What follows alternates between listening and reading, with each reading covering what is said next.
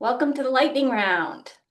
For our lightning round today, we do have a nice little series of three lightning round sessions, each with 5 minutes per session. We're going to kick right into it so that they have plenty of time for their sections.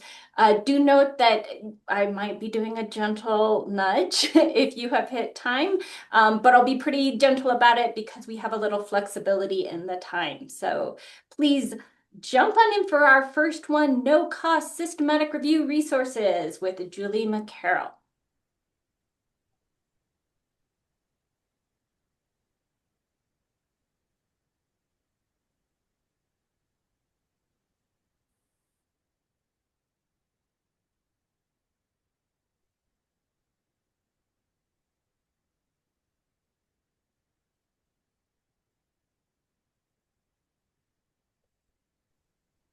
All right, I think we're all set. Hi, everyone. I'm Julie MacKarrel. I'm a medical librarian at Western Michigan University Homer Stryker MD School of Medicine. That's a mouthful, so we say WMed.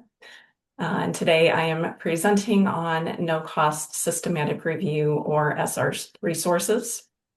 And this is mainly geared toward folks who are at the beginning stages of learning about evidence synthesis or systematic reviews. So there are a lot of resources out there, including free, paid, or a combination, online, in-person, or hybrid, synchronous and asynchronous, and with a variety of time commitments and formats. I'll talk about no-cost tools that are ideal for resource-limited settings. Most of these tools I have used myself as a librarian who worked for quite a few years in a traditional university setting that didn't collaborate on SRs, and then transitioned to a medical school where I learned how to do evidence synthesis and helped develop the SR service. So these resources may be completely free, have free and paid versions, or free trials. And they are especially helpful for newly graduated LIS students who might not yet have access to resources, librarians in under-resourced settings, people applying to positions that require knowledge of evidence synthesis, individuals who are employed or those who are between opportunities and want to start learning or strengthening their skills, and supervisors who need to provide resources to employees. So I recommend starting by reading articles, documents, and LibGuides, and watching videos for baseline knowledge, investigating common tools, taking courses to strengthen your skills, and then connecting on social media to stay up to date. These are by no means an exhaustive list of resources, as there are many more than I can fit into 5 minutes. But there are hours upon hours of resources here that will provide you with a solid theoretical background. And then from there, if you're in a setting where there's a budget for paid resources, or you can get more training, shadowing, and hands-on practice, you'll be well prepared.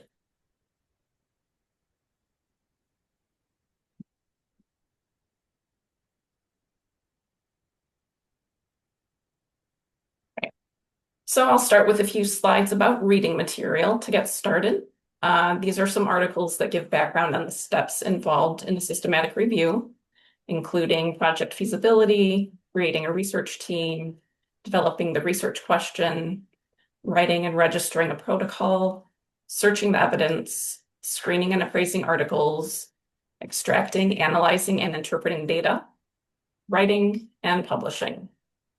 And I did include an older article to show the progression of the process after the introduction of the JBI Manual for Evidence Synthesis that was first released in its current online form in 2014, and the PRISMA guidelines first published in 2009 with the last major update in 2020.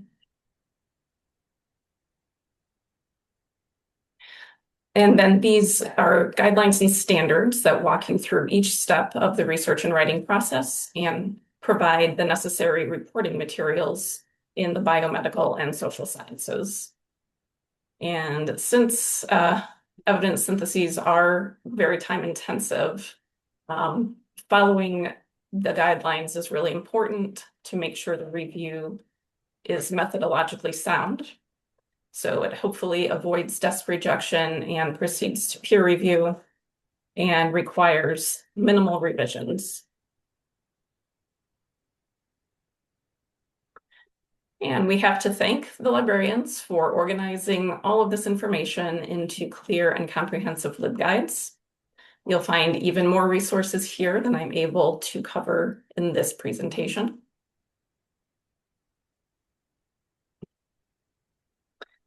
Now, at this point, if you need a break from reading all of the previous resources, or you learn and synthesize better through watching and listening, these are some video series and collections that reinforce SR methods and reporting.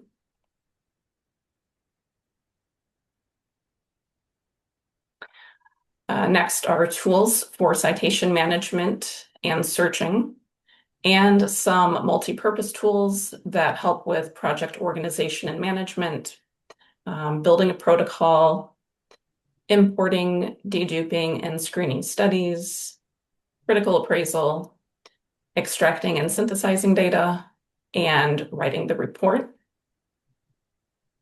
Thank you so much, Julie. This has been a wonderful set of recommendations. Thank you. Any questions, let me know.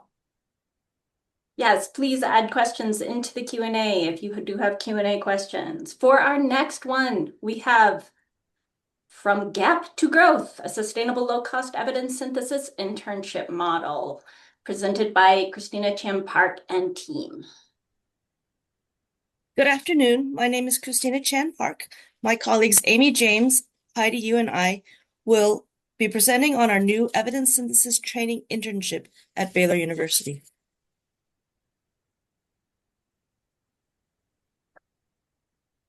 Right. With the rapid growth of evidence synthesis research, especially beyond the medical sciences, there's a growing need for librarians who are trained in evidence synthesis methodologies and standards. We do not have a library school at Baylor, but we wanted to support students coming up in our profession.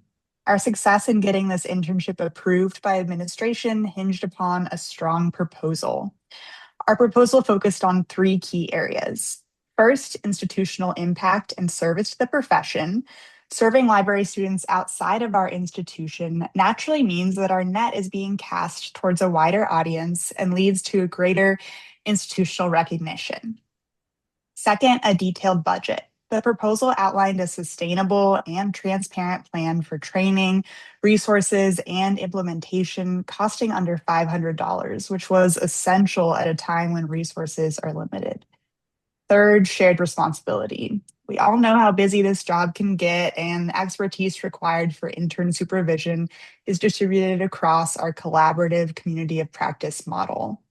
Between the members of our community of practice, we work within over 7 disciplinary contexts, giving our intern exposure to reviews in health sciences and social sciences, as well as scoping reviews and systematic reviews.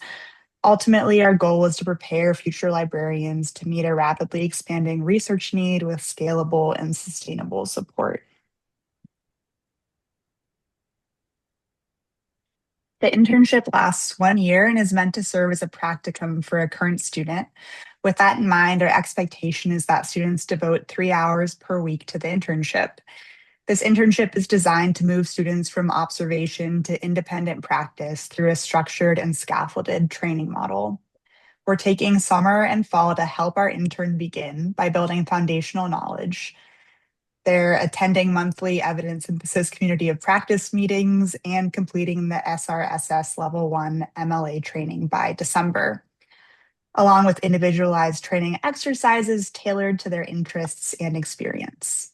Next, our intern will transition into applied learning by shadowing an active review process. That includes attending researcher consultations, discussing search strategies and database selection with our team, and working with us on search translations in both the fall and spring semesters.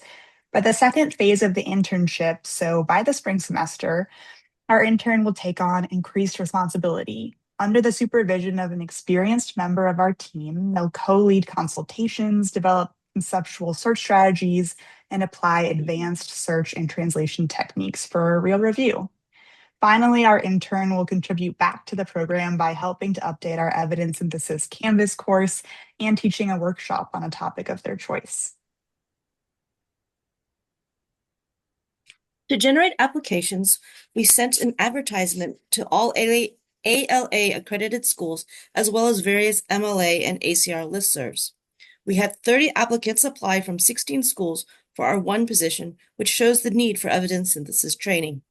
The application consisted of an online form which asked for the basics, as well as their self-evaluation of their familiarity with searching and evidence synthesis, a cover letter, CV, unofficial transcript, as well as the contact info of 2 references.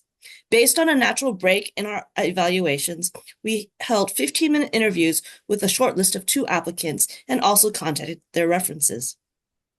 Our ideal candidate was someone who was graduating in May or June of 2027 who wants to go into academic or medical librarianship and was familiar with the evidence synthesis process, but had never worked on an evidence synthesis project. We were informed that as a private institution, there were restrictions on unpaid interns, so we did have to change some of the qualifications at the last minute.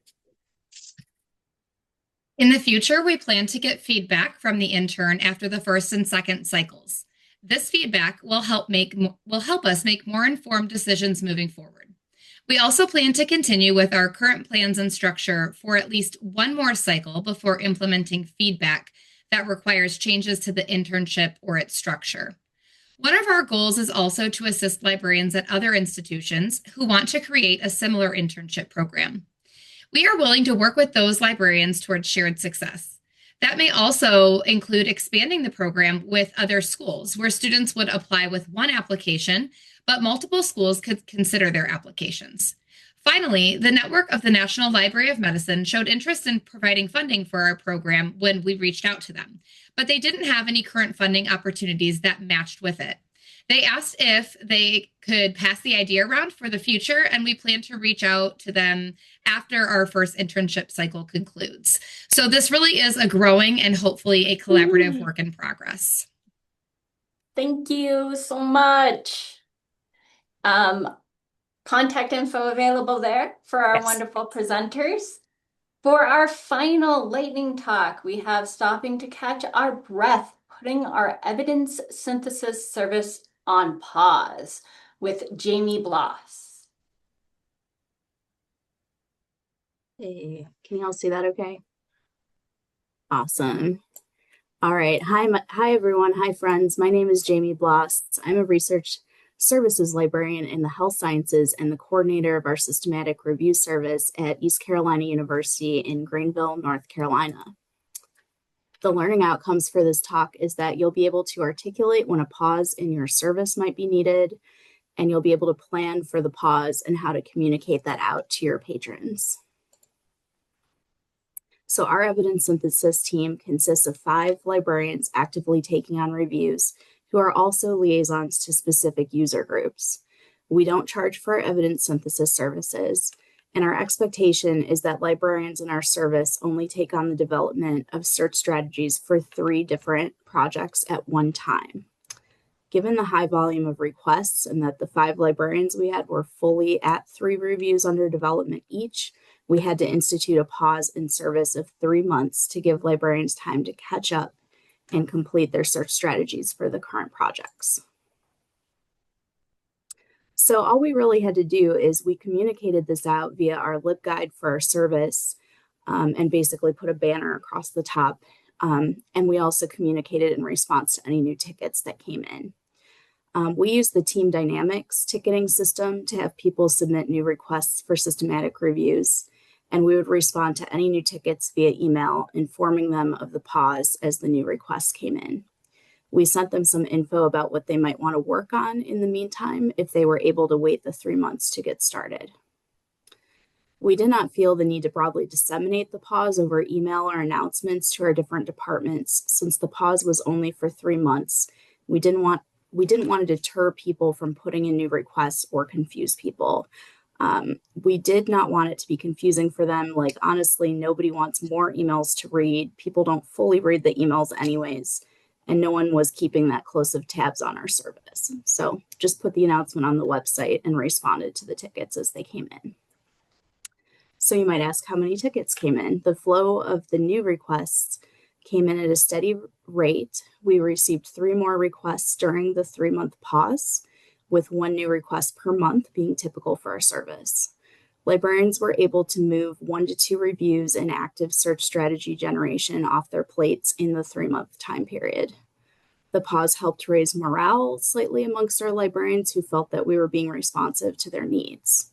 One unintended outcome of the 3-month pause is that it gave the patrons requesting a new evidence synthesis project additional time to work out their research questions and draft a protocol. So this strengthened the protocols of the reviews we took on after the proposals of the reviews we took on after the 3-month pause. We now hold quarterly check-ins with our team to gauge workload and ask if we need to do another pause. And given that the pause was understood and well received by our patrons, it's a strategy and boundary we'll be using in the future to ensure our librarians don't reach a stage of burnout and overwork, at least in terms of review requests. It definitely helped us feel empowered to have some control over when to put that pause in place and give us some autonomy and agency back to our librarians.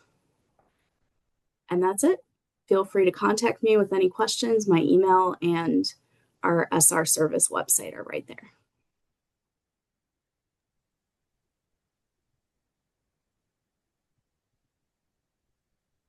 Thank you so much. Yuki, do you want to guide us through the Q&A? And as a reminder, everybody, these were passed. You may have clarification questions. Add it into the Q&A and upvote whatever you might be most interested in hearing. Oh, thank you. And hi, everybody. I'm back. So I will ask one group of questions to each of you on the presenters. First for Julie, do you know any resources where to have keep up to date information? And there's a lot of information on the LibGuides. I think the audience looking for something that is more chatty, like blogs still alive. Like blogs. Yes. I have not used anything like that I can say. I don't know if any of the other presenters in this group have.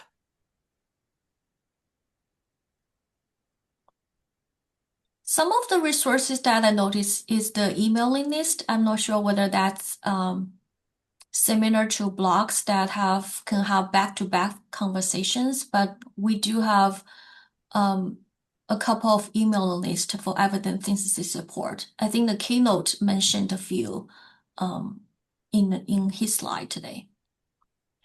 So let's moving to our next questions for Team Baylor University. So how do students, I think there are some curiosity about who are the students. Do students and how do they work with you? So did the students complete internship remotely, and how does that work? And then there was one question about more elaboration on, you mentioned that you have 30 applicants apply for 16 from 16 schools, and then who are the applicants? The schools do you mention, is that meaning iSchool or some other schools? That can you elaborate on more details on that? And then the last comments is on the Canvas course. Is that open to people outside of your institution?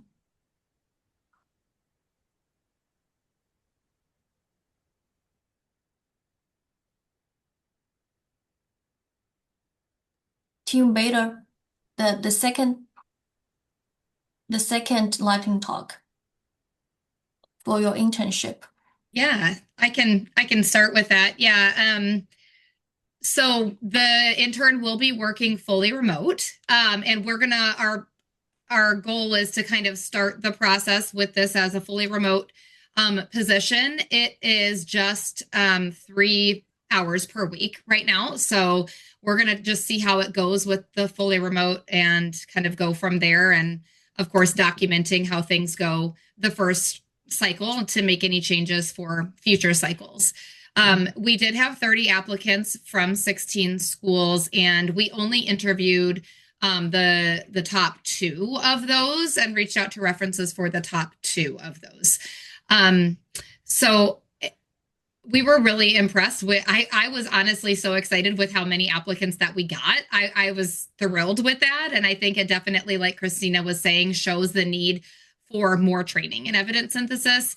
But there was some variety as far as I can think back to the actual, all of those different candidates, but they were getting their, MLIS. They were going to be using this as a practicum. And so we had some variety in terms of more interest in going into like medical librarianship versus academic librarianship in that. But Heidi or Christina, I don't know if you want to add anything else to that response there. You covered it well. And as far as the question about our Canvas course, it's still kind of in the works and being revised, but if anybody wants to reach out, we're happy to share screenshots with you. And then it is not a paid internship, it is an unpaid internship. And we found out that public institutions can have unpaid interns, but private schools cannot. And so we can only have an unpaid intern if it's part of a course of study. Yeah. So it has to be a practicum or an independent study or something like that. Okay, so the last 2 questions for Jamie, the group. I noticed that you already answered their questions in the Q&A, but I'll just ask questions again so you can briefly answer to all of our participants. Do you market your services, or did you have to make a lot of changes to your outreach during your policies? And then second question is, do you see for this policy to be a more indefinite pause, such as pause on co-authorship level of service? Yeah, absolutely. So for the first question, our service is 7 years old at this point. So we pretty much just do marketing through orientations, presentations to our different user groups. And many of the liaison librarians sent out an email. And so we'll put a link to the service like in that email to the liaison groups. So that's all the marketing we're really doing right now. And we only had to do a pause in our 6th year of the service. So I think initially you'll probably be okay and not have to put in a pause, and then hopefully that won't confuse the new users.